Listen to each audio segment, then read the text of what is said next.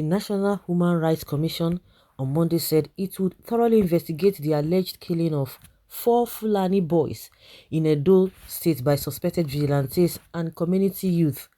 According to the commission, the investigation became necessary so as to ensure that the culprits are brought to book to forestall further clashes. This was made known in a statement issued by the Deputy Director of Public Relations and External Linkages, Hajiya Fatima Muhammad Agwa. He said that the Executive Secretary, Tony Ojukwu, gave the assurance in Abuja when members of the Association of Matasan Fulani of Nigeria visited him to file a petition over the alleged killing in Edo State and attacks on its members in Anambra State. Ojukwu therefore said that the commission would reach out to the Office of the Inspector General of Police and Commissioners of Police in Edo and Anambra State to ascertain what really happened and the action they might have taken in the circumstances. The alleged murder of the boys is most unfortunate and highly reprehensible, as no one has the right to take another person's life, no matter how highly placed in the society. It is only a court of competent jurisdiction that can sentence an offender to death, Ojukwu stated. He said that everyone Nigerian is protected by the law, irrespective of their religion or ethnic background, adding that it was unlawful for anyone to take the law into their own hands, either for self-help or for any other reason whatsoever. Meanwhile, the chairman of the group, Alhaji Shuaibu Haruna Sogiji, said they were in the HRC to file a petition against some communities in the southern part of Nigeria, particularly in Edo and Anambra State, where some Fulani herders have recently been attacked and their cows killed and stolen.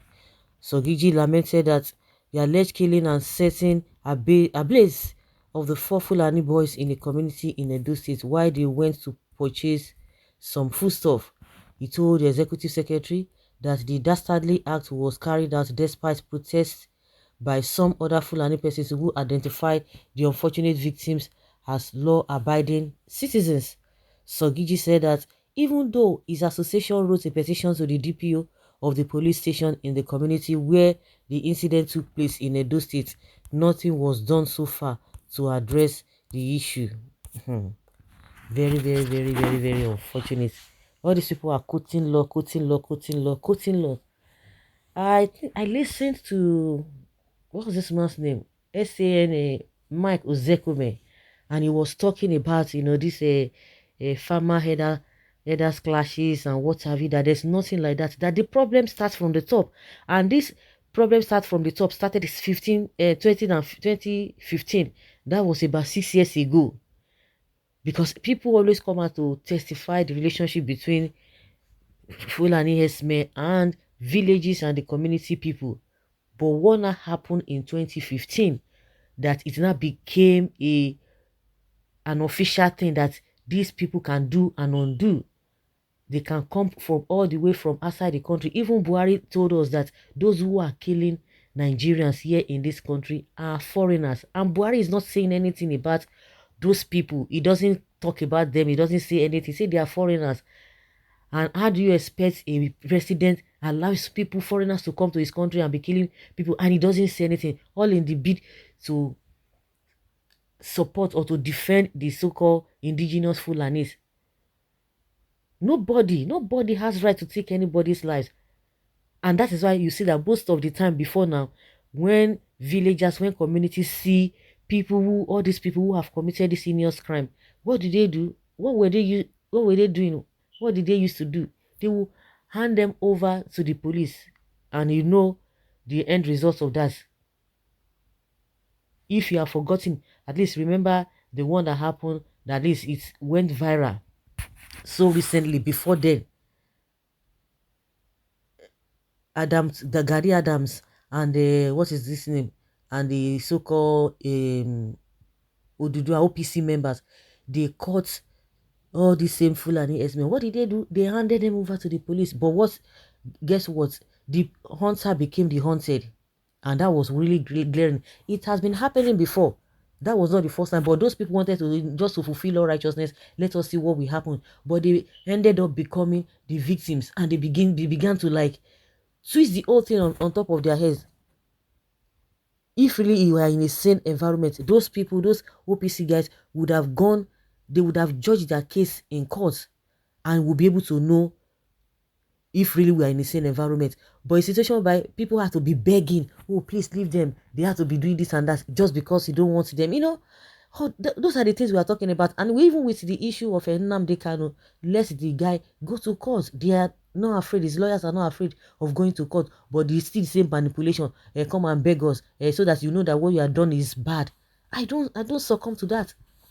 From all indications now, the government does not even have anything to hold on to Nnamdi Kanu. So that is why you see all this kind of a thing happening.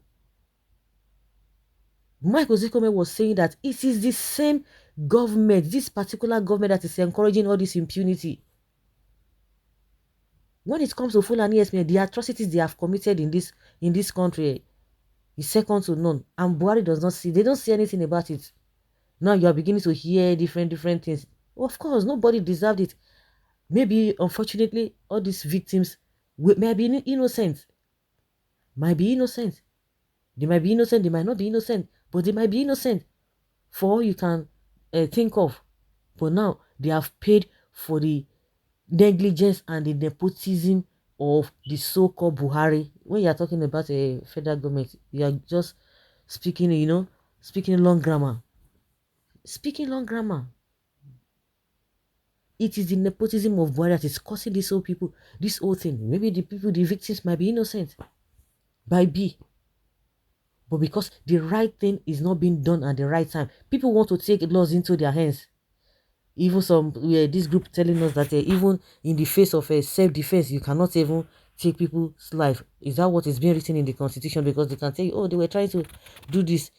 Because if the people see that those who are leading them are doing the right thing, they got their back. Nobody, you don't even need to waste your time and be putting yourself into undue stress. But because nobody is going to do anything, it is a pattern. Before you know, order from above, they will release them. It has been happening over and over again. It is the normal thing that has been happening. And you expect people not to take laws into their hands. If you don't want people to take laws into their hands, I could remember when Buhari was making not only that that man was deceiving everybody. He said, oh, if they get hold of all the people committing atrocities, hand them over to the police. People have been doing that, but what was the result? The end points of that, we all could see it. We all saw what happened. It was just a gimmick. At the end of the day, they will release them and they will come back. The same thing they are doing to this issue of a Boko Haram, telling us that they have repented and you want to rehabilitate them into the same society where their victims are. It doesn't work like that. When the needful is being done, when a parent is doing what he's supposed to do, or the parents are doing what they're supposed to do, the children will not be worried because they know that somebody got their back. But a situation whereby you cannot fend for the child, you can't do anything, the child will go out, even at tender age, the child will go out and be fending for himself, and whatever the child sees, he or she will carry at that tender age, because the child will be vulnerable. So that is exactly what this Buhari government is really doing. Buhari himself, whether he knows what is happening, because he said that he doesn't know what is happening, like some people are accusing him of dementia, or it's just a wicked heart, very wicked heart at that. So that is it. Let's hear your opinion, guys, and know your thoughts on this.